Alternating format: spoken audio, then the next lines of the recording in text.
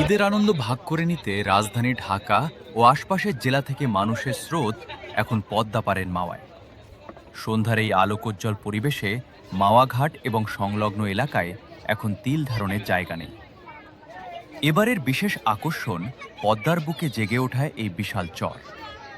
বালুর তটে সন্ধ্যার মায়াবী আলো আর নদীর শীতল হাওয়া উপভোগ করতে হাজার হাজার মানুষ পাড়ি জমাচ্ছেন এই চরে। যেন এক অন্যরকম উৎসবের আমেজ খেলা করছে চারদিকে। নদীর পাড়ে নতুন নতুন রেস্টুরেন্ট আর চোখ ধাঁধানো লাইটিং এই জায়গার সৌন্দর্য বাড়িয়ে দিয়েছে বহুগুণ। মানুষ আসছেন প্রিয়জনকে নিয়ে একটু স্বস্তির খোঁজে। তবে উপচে পড়া ভিড়ের কারণে হিমশিম বাওয়ার এই মিলন মেলা।